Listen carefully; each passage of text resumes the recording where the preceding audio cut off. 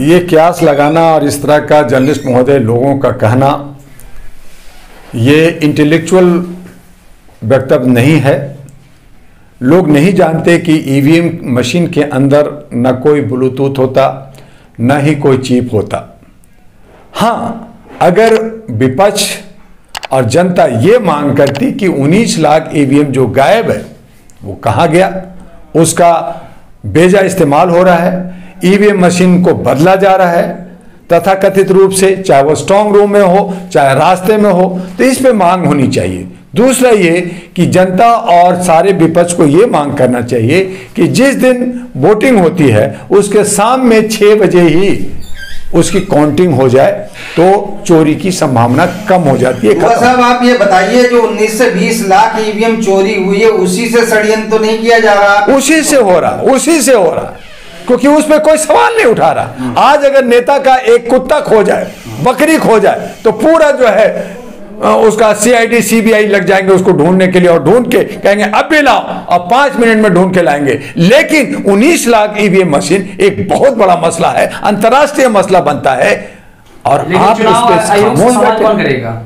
कौन करेगा? जनता करेगा, और ओपोजिशन जो है, जो जनता का प्रतिनिधि वो करेगा। कहे कि गली गली में शोर है, जो इलेक्शन कमीशन चोर है, कहे उस पे इलेक्शन पे जो है हंगामा करे, और अगर ऐसा नहीं है तो फिर ईवीएम मशीन हटाओ, बैलेट पे चुनाव करो। ये तब मांग करो ना जब आप ऑप्शन नहीं दोगे, आप कहोगे खाली ये कर लो, और ये सब होता है, कहने से नहीं होता। उसके लिए आंदोलन छेड़ा क्या? उसके लिए मांग किया क्या? उसके लिए आप कोर्ट में जाकर के आप बहस कीजिए।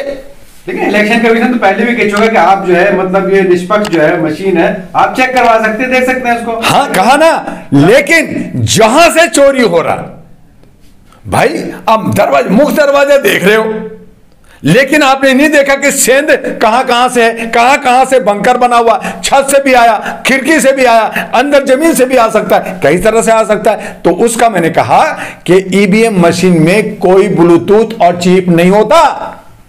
ईवीएम मशीन जो आपके पास जो चोरी का 19 लाख जो ईवीएम मशीन है, उसमें आपने फीड कर दिया पहले, और फिर मशीन बदल दिया और काउंटिंग कर दिया, कह लो चेक कर लो। और यही वजह है कि आप जर्नलिस्टों ने, आपने कई बार कहा कि 100 वोट पड़ा, 120 उसमें से वोट कहां से आ गया?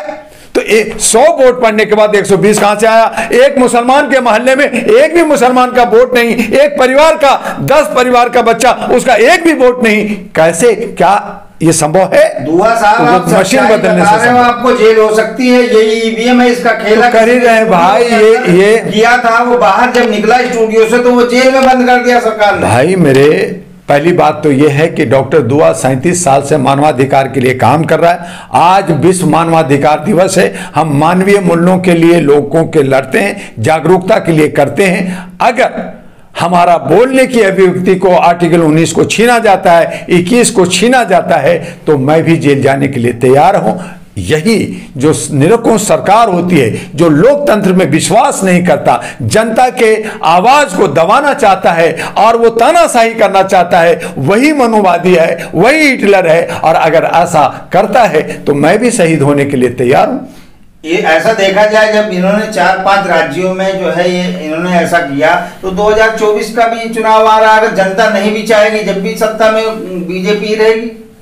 ये तो मैंने कई बार कहा कि हमारे बहुसंख्यक, हमारे ओबीसी 54%, हमारे बहुसंख्यक 85-90% लोग, हमारे SC ST जो मूल निवासी कहते हैं, हजारों लाखों संस्थाएं लेकर घूम रहे हैं, उनमें एका नहीं है, वो फूट है, वो फूट है।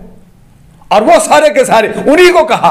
आपको इशारा कर रहे हैं, कौन? आदरणीय माननीय सामान्य मोदी जी इशारा कर रहे हैं कि आप टुकड़े टुकड़े गैंग हो, हम नहीं जीते, तुमने जिताया। तो ये आप अगर बटे रहोगे, आप जो है छोटे छोटे टुकड़े ले करके, 500 ले करके, शराब की बोतल ले करके आप जो है थोड़े से फायदा ले लिया और मजे कर, चल आज हमारा होली मन गया, आज हमारा दिवाली मन गया, तुम मरोगे ना। एक दिन तुमने तो खा लिया पकौड़े खसौड़े और चिकन, लेकिन आपको 365 दिन, आपको नहीं पता कि साल में 365 दिन होता है। तो वो 365 दिन आप गवा रहे हो, आप अपने बहू बेटियों को, आप अपने को, आप जो है उस आग में झोंक करके झुलस रहे हो। तो आप क्यों उस पर कह रहे हो? तो अंगूर खट्टा है, जब आप हार गए, जब आप खुद अपने पांव पे कुल्हाड़ी मार दी, तो आप कह रहे हैं अंगूर खट्टा है। हैं, तो ये तो चलेगा नहीं भैया। नहीं, इसमें देखा जाए तो विपक्ष कहीं ना कहीं कमजोर है। क्या नाम, इन बातों को ना तो कभी धरना प्रदर्शन किया, न इस चीज मुद्दे को उठाया। आप भी तो एक ह्यूमन राइट के अध्यक्ष हैं, एक पार्टी के क्या नाम अध्यक्ष हैं, आप क्यों नहीं इसके पीछे? हम लोग का ह्यूमन राइट्स एक्टिविस्ट का होता है जागरूकता, अवेयरनेस देना। हम लोगों ने 84 लाख और जो 782 मेरे ऑफिस है इंडिया के अंदर, 14 देशों में हम लोग काम कर रहे हैं। International bar association London, international bar association USA और यूनाइटेड नेशन से जुड़ करके जो काम कर रहे हैं वो हमें जागरूकता देना है। अब कमोबेश भारत के अंदर 2000 से ज्यादा मानवाधिकार के संगठन, चाहे वो तथाकथित कहें जो भी कहें, आज ह्यूमन राइट्स कमीशन जो 250 करोड़ साल का मीटिंग शीटिंग ईटिंग में खर्च करती है वो उनको करना चाहिए, नहीं करती तो हम लोग एक करते हैं। जैसे न्यायालय जो है वो नोटिफिकेशन करता है, आदेश देता है, लेकिन इंप्लीमेंटेशन एक सिस्टम करता है। लोकसभा, विधानसभा और जो राज्यसभा करती है, राष्ट्रपति शासन करता है। लेकिन सब अगर चट्टे बट्टे हों, सब अगर बिके हों, सब जो है लोकतंत्र को बर्बाद करने में लगे हों, तो ऐसे हालत में डॉक्टर दुआ एक बेचारा क्या करेगा, तो उसमें जो है पीस जाता है। यही वजह है कि आज बहुसंख्यक अपने हक लेना नहीं जानता, वो सिर्फ चीखता है, चिल्लाता है, कार्यक्रम करता है, 100-200 लेकर के अधिवेशन और सम्मेलन करता है, रामलीला ग्राउंड भरता है और जो है जंतर मंतर भरता है, लेकिन एक काउंसलर, एक मुखिया सरपंच नहीं बना सकता।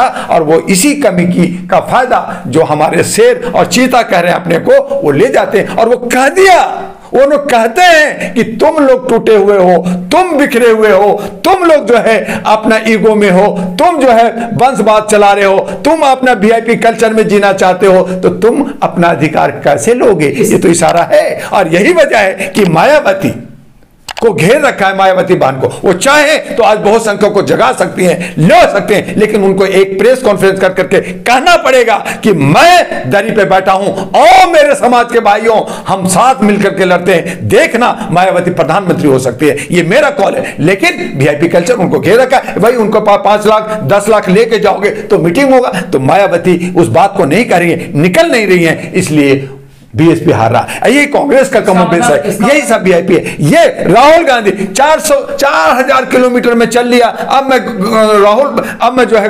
राजकुमार बन गया, घर में रहोगे नहीं चलेगा। आपको हमेशा दरी पे, चटाई पे बैठ करके कार्यकर्ताओं से लगातार 24 घंटा काम करना पड़ेगा। आप उसके संपर्क में रहोगे। ये काम आरएसएस का, ये काम बीजेपी कर रही है और वो जीत रही है, तो तुम्हें फट क्यों रहा? आपकी बातों से लगता है कि 2024 में नरेंद्र मोदी को फिर से आने से कोई नहीं रोक सकता।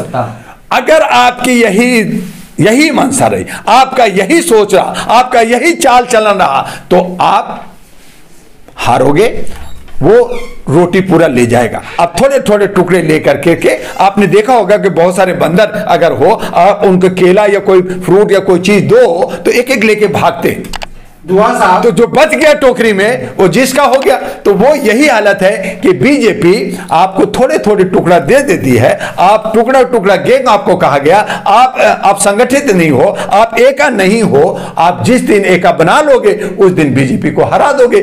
यही हम कोशिश कर रहे हैं और हम कह रहे हैं आपके चैनल से, ऐ मेरे बहुसंख्यक लोग, ऐ मेरे ओबीसी और एससी मूल निवासी, एक हो जाओ और एक हो करके एक नेता बना करके एक नेता का टक्कर लो, तुम्हारी जीत होगी। और अगर ऐसा नहीं हुआ तो 24 भूल जाओ और आगे तुम सनातन और गुलाम होने के लिए तैयार हो जाओ। आने वाला जनरेशन आप पे थूकेगा, आपको गाली देगा। आज सबक लो और मोदी जी से सीखो कि आप कैसे संगठित होगे। दुआ साहब, एक सवाल है आखिरी। 222 दलों का आपने ये राष्ट्रीय महागठबंधन बनाया है, जिसके आप राष्ट्रीय संयोजक हैं। आप दूसरों पर आरोप लगाते हैं, कभी ईवीएम पर लगाते हैं, कभी चोरी पर लगाते हैं। ये आपका राष्ट्रीय महागठबंधन ईवीएम को लेके क्या आपकी तैयारियां हैं? क्या संतुष्ट हैं?